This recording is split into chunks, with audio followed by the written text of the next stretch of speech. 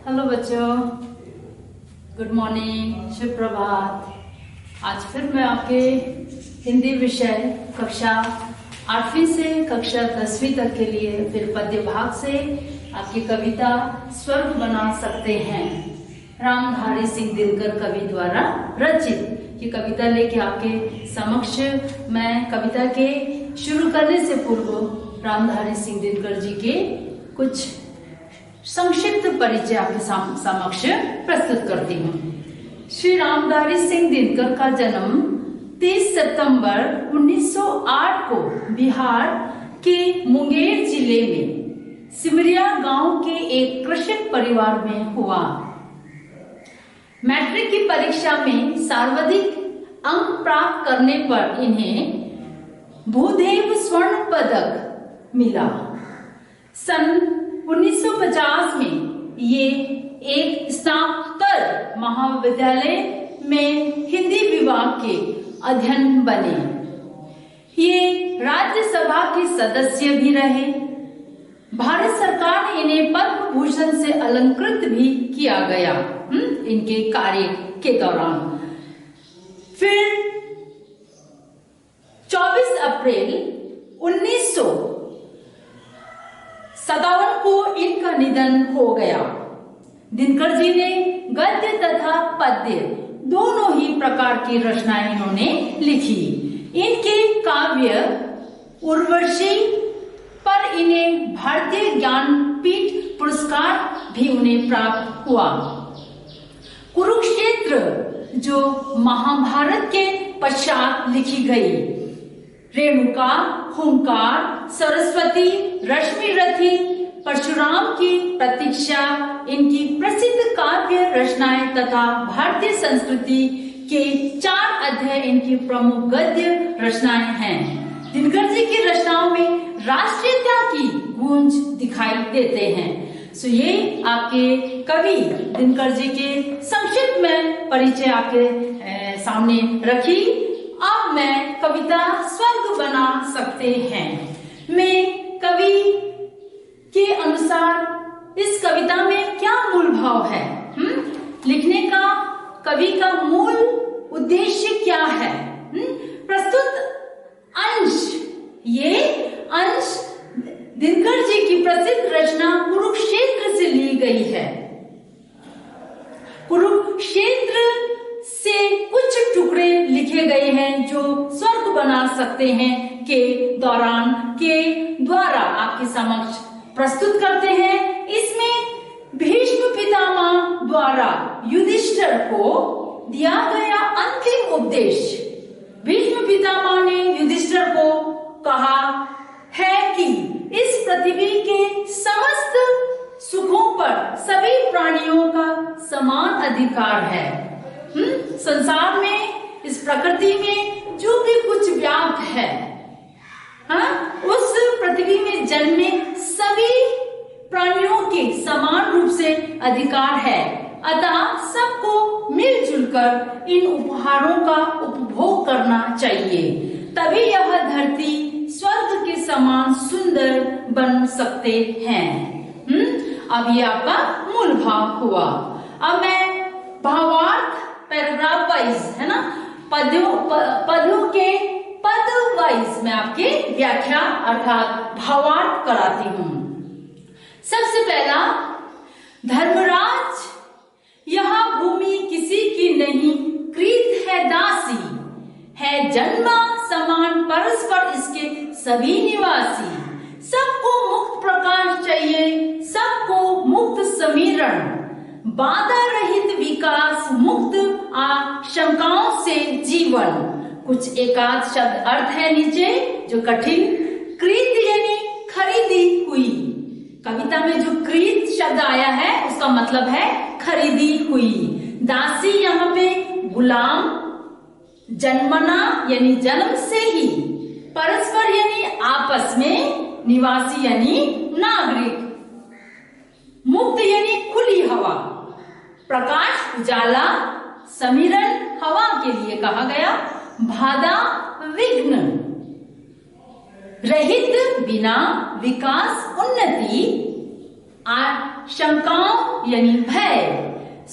इस कविता पहला पद के अंतर्गत भावार्थ कवि कहता है, भीष्म पितामह कवि के द्वारा कहा गया कि उस समय कुरुक्षेत्र की जो अंश है उसमें भीष्म पितामह द्वारा युधिष्ठिर से कहते हैं, हे युधिष्ठिर, यह पृथ्वी किसी की खरीदी हुई दासी नहीं है। यानी इस पृथ्वी में किसी एक पर्टिकुलर, किसी एक व्यक्ति के हकदार नहीं है। इस पर जन्म से ही सबका समान अधिकार है। जितने भी लोगों ने, जितने भी इंसान यहाँ जन्मे हैं, उन सबका समान रूप से अधिकार है। तात्पर्य यह है कि पृथ्वी किसी व्यक्ति विशेष की नहीं है, यह तो हर व्यक्ति की है जो इस धरती पर पैदा हुआ है। उसका जन्म से ही इस पर अधिकार है। इस पर रहने वाले सभी मानव इसके निवासी हैं। अतः इस धरती पर जितनी भी वस्तुएं हैं, सबका सब वस्तुओं पर अधिकार है। कवि कहते हैं, भीष्म पितामह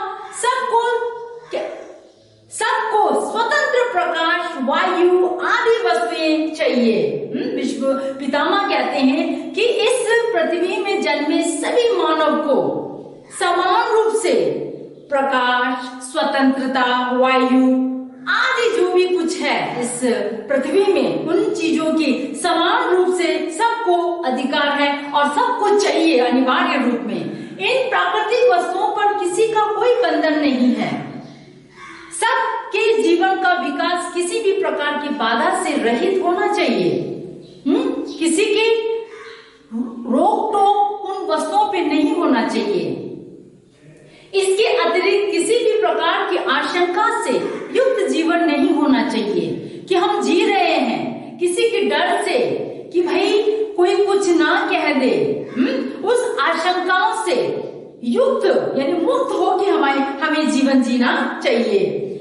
तात्पर्य यह है, कवि ये कहना चाहते हैं कि सबका जीवन किसी भी प्रकार की आशंका से मुक्त होना चाहिए, जिससे कि पृथ्वी में प्रत्येक प्राणी की निर्विघ्न उन्नति हो सके। जिससे कि पृथ्वी में जितने भी प्राणी जन्मे हैं उनके खुलकर उनका क्या होना चाहिए, उन्नति होना चाहिए। पहला पद आपको समझाया। अब दूसरा पद देखते हैं। लेकिन विघ्न अनेक अभी इस पद पर अड़े हुए हैं, मानवता ही राह रोकर पर्वत अड़े हुए हैं। न्यायोचित सुख सुलभ नहीं जब तक मानव को, चैन कहाँ धरती पर तब तक शांति कहाँ इस भव को। दूसरे पद के कुछ कठिन शब्द के अर्थ। विघ्न यानी बाधा को कहा गया, पथ मार्ग, मानवता मनुष्यता, राह रास्ता, न्यायोचित न्याय के अनुसार, सुलभ आसानी से प्राप्त, चैन शांति, भव यानी सागर। कवि कहता है, दूसरे पद में कवि कहता है कि इस संसार में प्रत्येक मानव की उन्नति की राह में अनेक प्रकार की मुसीबतें हैं। उस मार्ग को रोककर खड़ी हुई है वो मुसीबत। केवल यही नहीं, सच्चाई तथा मानवता की राह में बाधाएं पर्वत के समान उसका मार्ग रोककर खड़ी हैं। तात्पर्य यह है कि जब भी मानव अपने लक्ष्य की ओर अग्रसर करना चाहता है, बाधाएं तथा परेशानियां उसका मार्ग रोक लेती है, परंतु मानव को इन सभी मुसीबतों का सामना करना होगा। विघ्न बाधाएं जितने भी उनके मार्ग यानी लक्ष्य की प्राप्ति के लिए जितने भी ये बाधाएं उत्पन्न होंगे, उनको डट के सामना करना होगा, तभी वह उन्नति के पथ पर चल पाएगा। कवि कहता है कि भीष्म पितामह युधिष्ठिर से कहते हैं कि जब तक इस संसार में रहने वाले प्राणियों को न्याय के अनुसार अर्थात सही एवं उचित सुख सुविधाएं समान रूप से प्राप्त नहीं होती, तब तक वह अमन और चैन से नहीं बैठ सकते। ऐसी परिस्थितियों में किसी को भी शांति प्राप्त नहीं होगी। अतः शांति और विकास के प्राप्त करने के लिए सबके लिए सुख सुविधाओं का अत्यंत रूप से आवश्यक है। लड़ाई झगड़े, आपस में भेदभाव बने रहने से कभी उस जगत में, उस देश में, उस राज्य में शांति उत्पन्न नहीं हो सकती। दूसरे कविता में आपने पढ़ा। आज मैंने फर्स्ट सेकंड पहला और दूसरा पद आपको कराया। यहाँ तक हमने पढ़ा। इसके अनुसार मुझे लगता है कि समझ आया होगा पहला और दूसरा पद कि मनुष्य कवि की कविता द्वारा कहना चाहते हैं कि मनुष्य को अपने जन्मे हुए स्थान में प्राकृतिक रूप से, कृत्रिम रूप से जो भी कुछ व्याप्त है, अपने कर्म के अनुसार, अपने परिश्रम के अनुसार, मेहनत के अनुसार जो कुछ भी है समान रूप से प्राप्त होनी चाहिए, है? किसी को ज्यादा और किसी को कम, ऐसा नहीं है? न्याय सही रूप में मिलना चाहिए, यही बताया है 2 पदों में। तभी हमारे देश हमारे राज्य एक स्वर्ग के समान हम स्थापित कर सकते हैं। उसे हम स्वर्ग बना सकते हैं। स्वर्ग वहां जहां शांति हो, शांति में बना रहे, लड़ाई झगड़ा नहीं, एक दूसरे की खींचातानी नहीं, समान रूप से हकदार उन चीजों में होना चाहिए। तभी हमारे देश, हमारे राज्य, हमारे समाज एक शांति प्रिय राज्य, देश, समाज कहलाया जाएगा। उसके लिए हम सबको एक साथ मिलजुल के इन कविता के